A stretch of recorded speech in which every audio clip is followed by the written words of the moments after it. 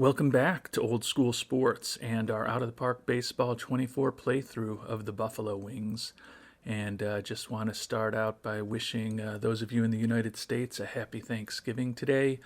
It'll be a relatively quick episode, hoping to spend a lot of time today on family, food, and football, but very thankful for my family, my friends, my faith, and thankful for the listeners and watchers of this channel.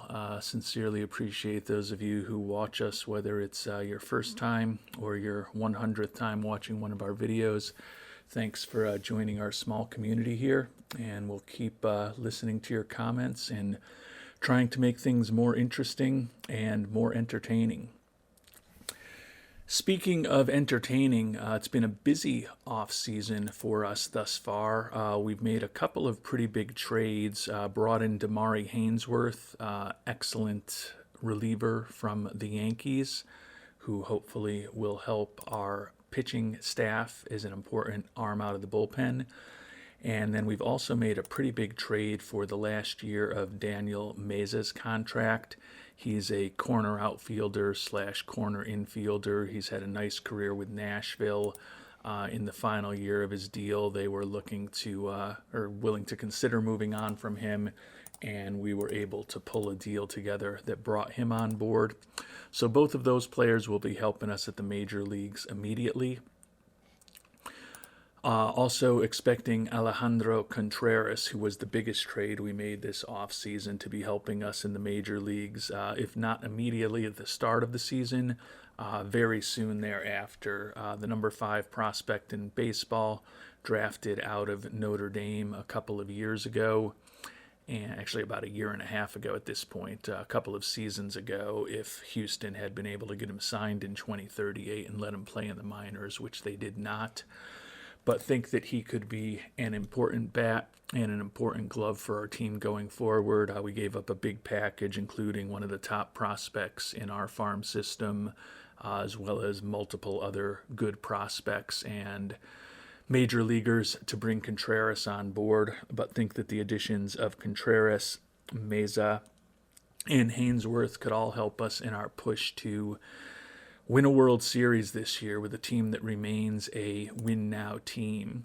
With the fact that we moved on from a very expensive contract in our longtime catcher, Andres Medina, we got all-star, future Hall of Famer Deshaun Seifu to take a pay cut and an extension with us.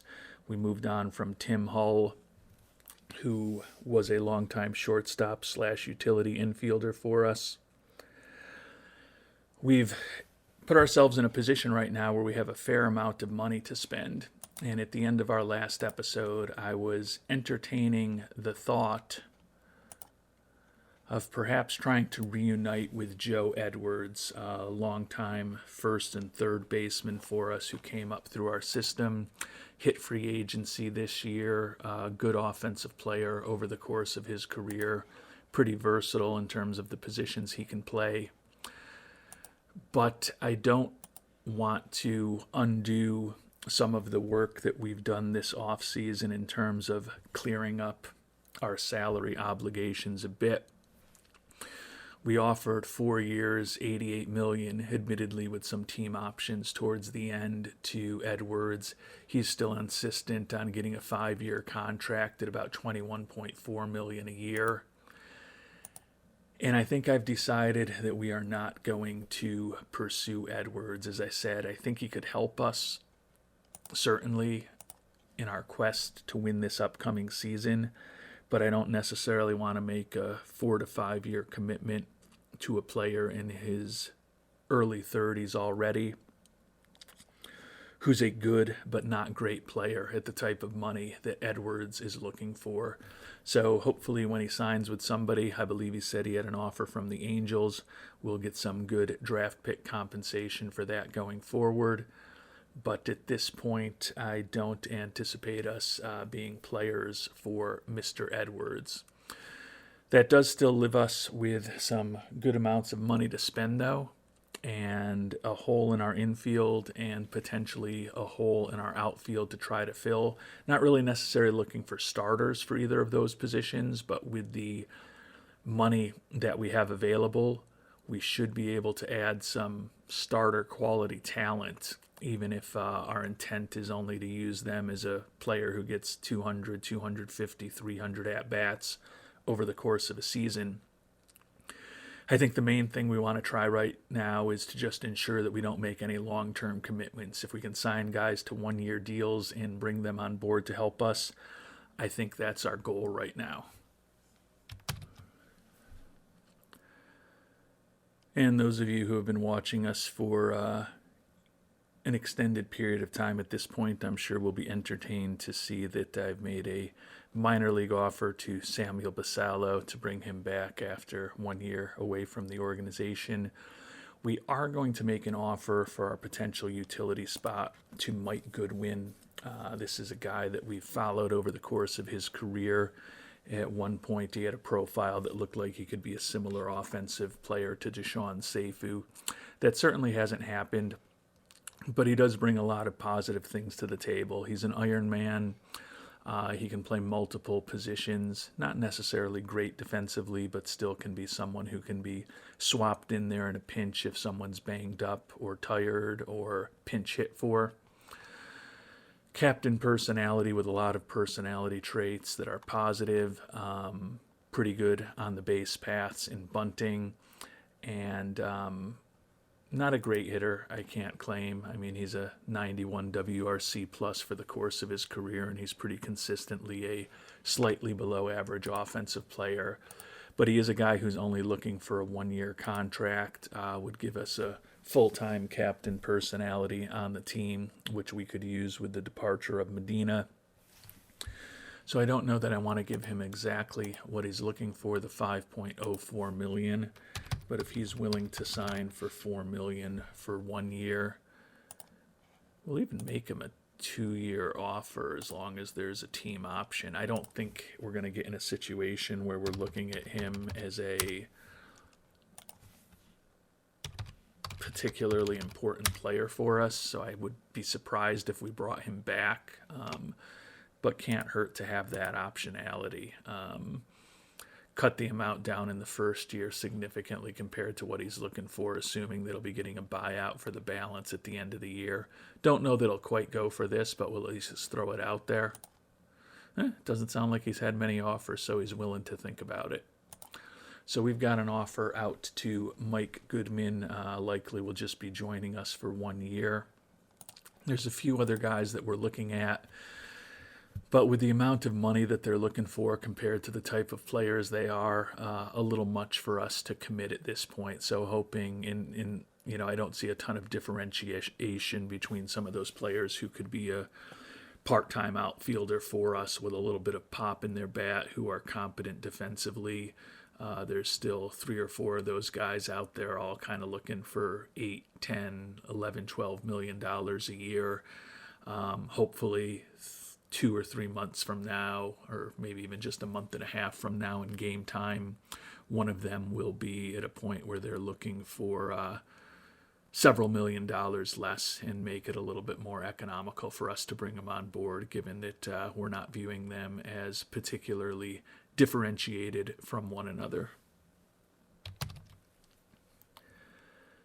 And the other positive from hopefully being a little bit patient is that it will leave us with more money to potentially take on contracts at the trade deadline. Totally agree that we could still use another big bat in this lineup. I do hope that for this upcoming year, Meza and eventually Contreras will help us improve our offense. Hopefully having Houlihan and Barrios at catcher instead of Medina and Houlihan at catcher will also help our offense. And then hopefully of the 4 or 5 guys on our team who kind of had the worst seasons of their career last year, hopefully some of them will bounce back.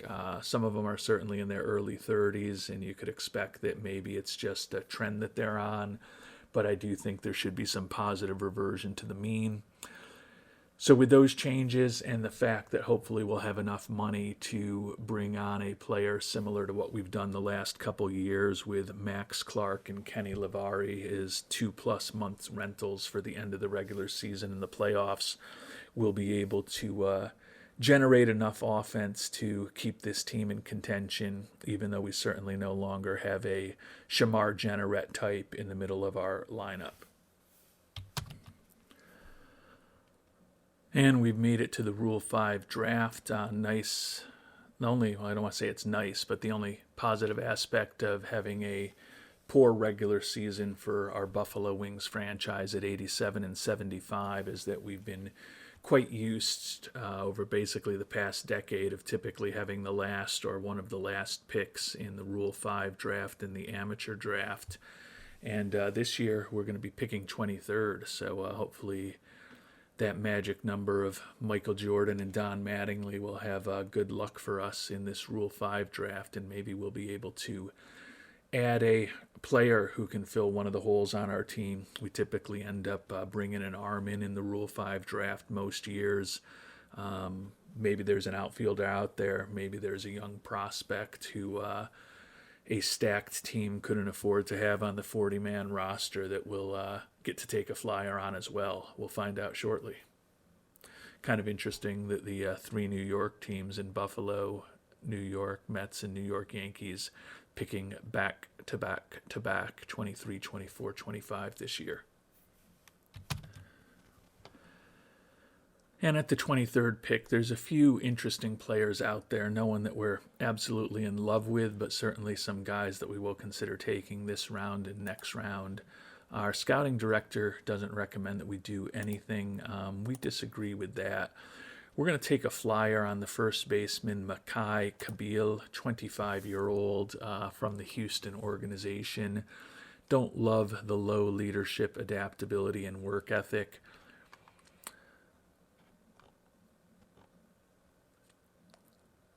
But he's a left-handed hitter who looks like he could be a pretty useful major league bat against right-handed pitching, given that he's not anything more than a corner infielder and he doesn't have a ton of speed and he's going to strike out a lot and he's got that negative personality. There's certainly no guarantee that he's going to even stick on our 26-man roster, but the bat is interesting enough that I'm willing to bring Makai into camp. So we are going to go ahead and pick Makai Kabil here in the first round, and we'll see if there's any interesting players around in the second round as well.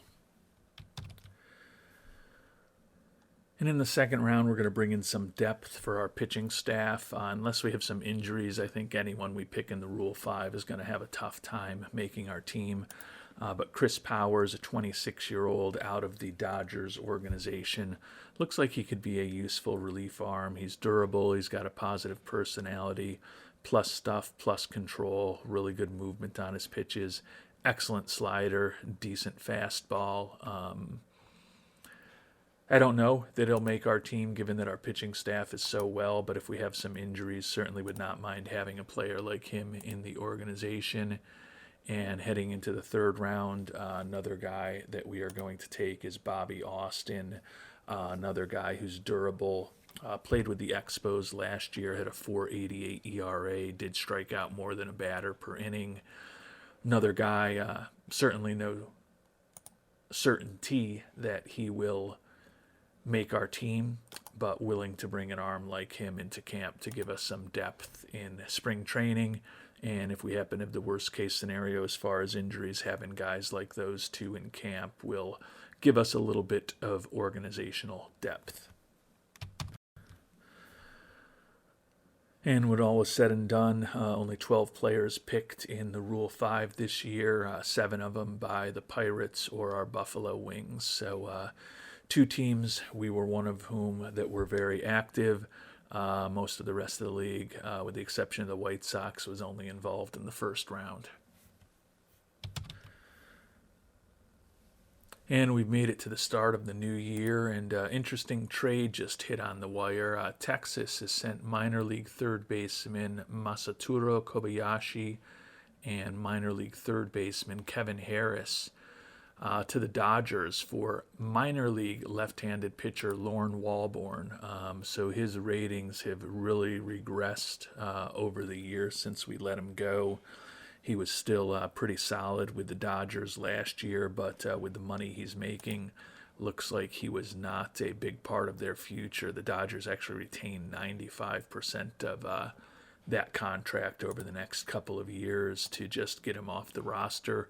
Would assume that Texas intends for Walborn to be in the majors with them at this point, given the really strong performance that we got from Nate Ruckel taking over that stopper role, and the fact that Walborn's ratings have definitely regressed pretty strongly over the last year and a half. His stuff has gone from 65 to 50, his movement from 55 to 45. His control still kind of is what it was. He's also lost a couple of miles an hour off of his fastball. So I think it was a good miss by us to have played contractual hardball with the traitorous Canadian Lorne Walborn. And we did finally get Mike Goodwin signed today to that contract. He had been spending a while thinking about it. He said he liked it, and he eventually signed with us. So good to have him on board.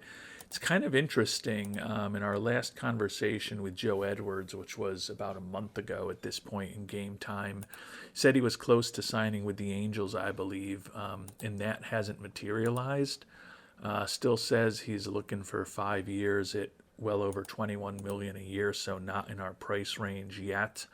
But if things don't work out for him with other teams and his price comes down, or just as, and perhaps more importantly, the number of years he's looking for comes down, he is a guy that we could perhaps re-engage with in the coming weeks as we get closer to the beginning of spring training. And as I mentioned, we made it to the start of the international amateur free agent period, so we'll take a look before finishing the episode at the players that I've scouted most aggressively.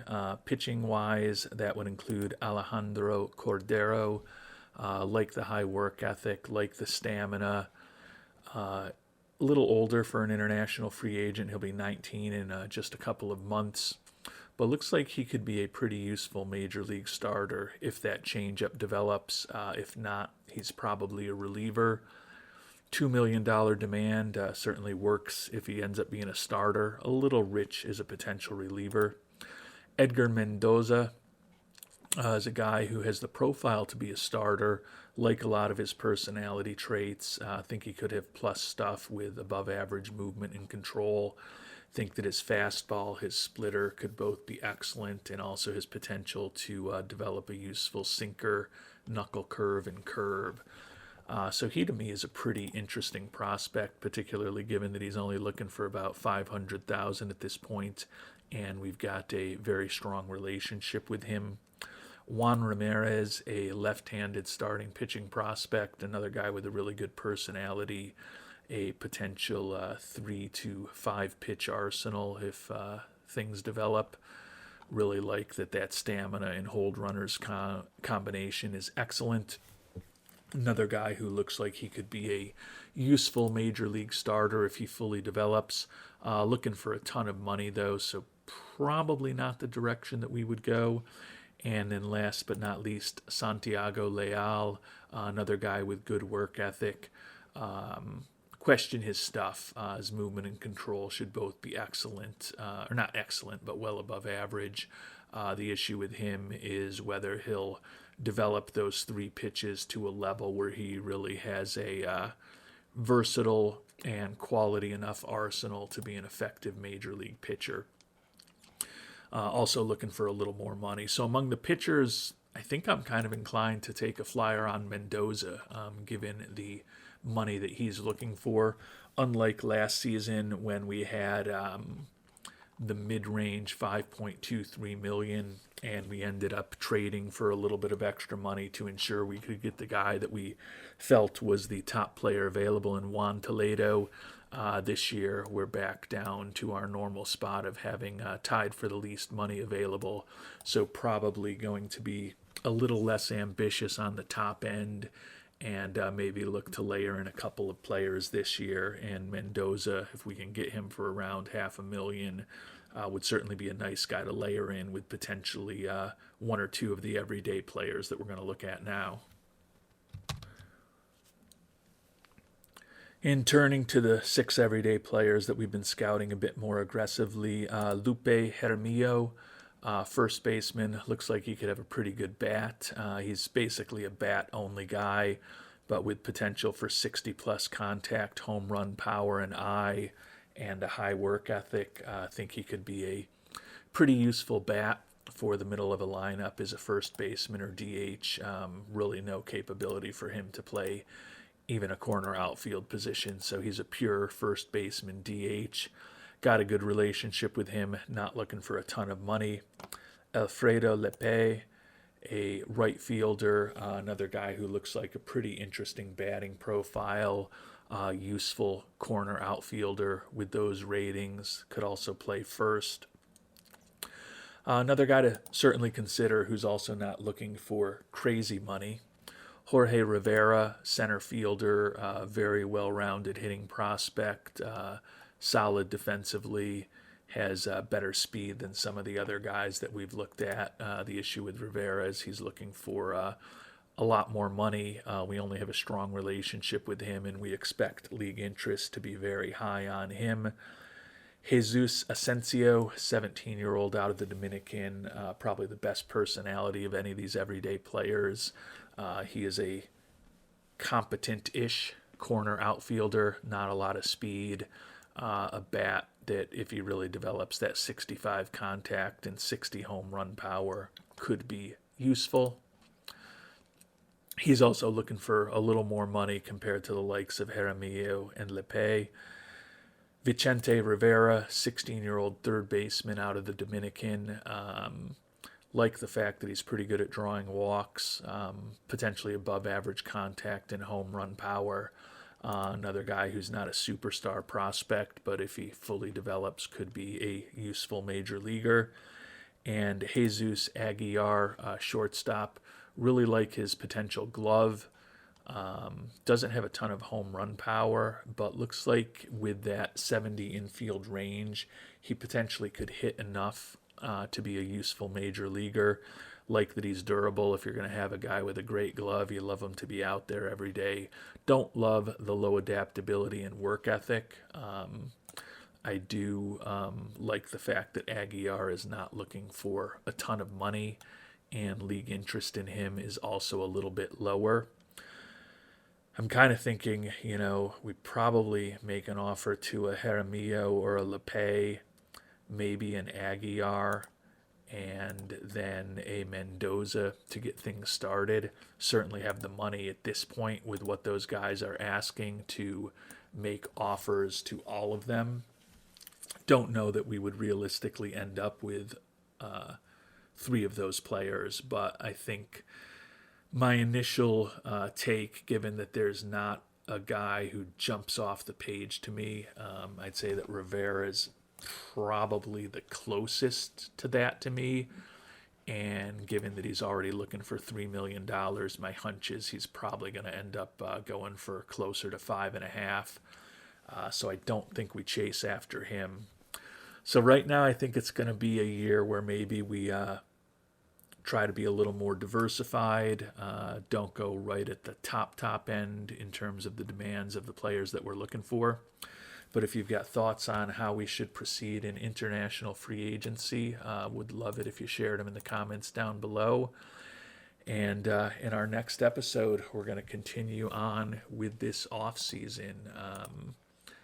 As I said, I don't think the price of Mr. Edwards, since it doesn't seem to have come down at all, is at a level where we would bring him on board yet. But we're going to keep monitoring the situation there. Some of the other guys that we've thought about and looked at who are still available, Brad Sanders, Chris Stern,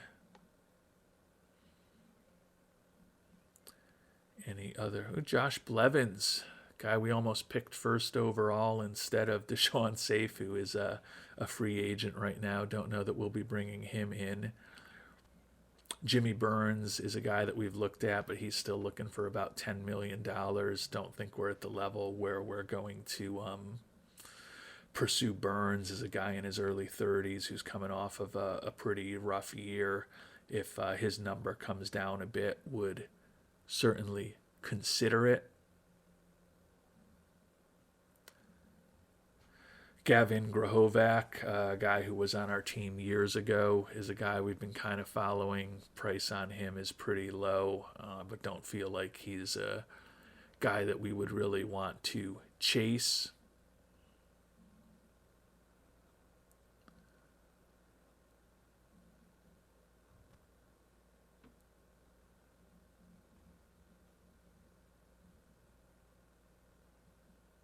Our former outfielder Luca Reyes is still out there.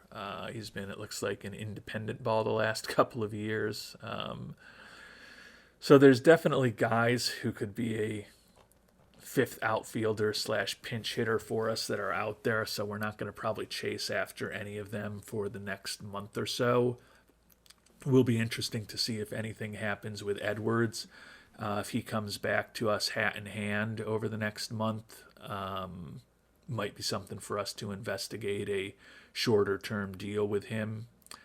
I tend to think he'll still end up signing with the Angels or somebody else. But if he doesn't, I would not say no to a reunion as long as it's on our terms or closer to our terms rather than his terms. So with that, we'll finish things up. We'll go deep into what we actually decide to do in international amateur free agency in our next episode, and then continue trying to work on the edges of this roster with the money that we've got to spend as we get closer to the start of the 2040 season. Until our next episode, thanks so much for watching, and hope you have a great day.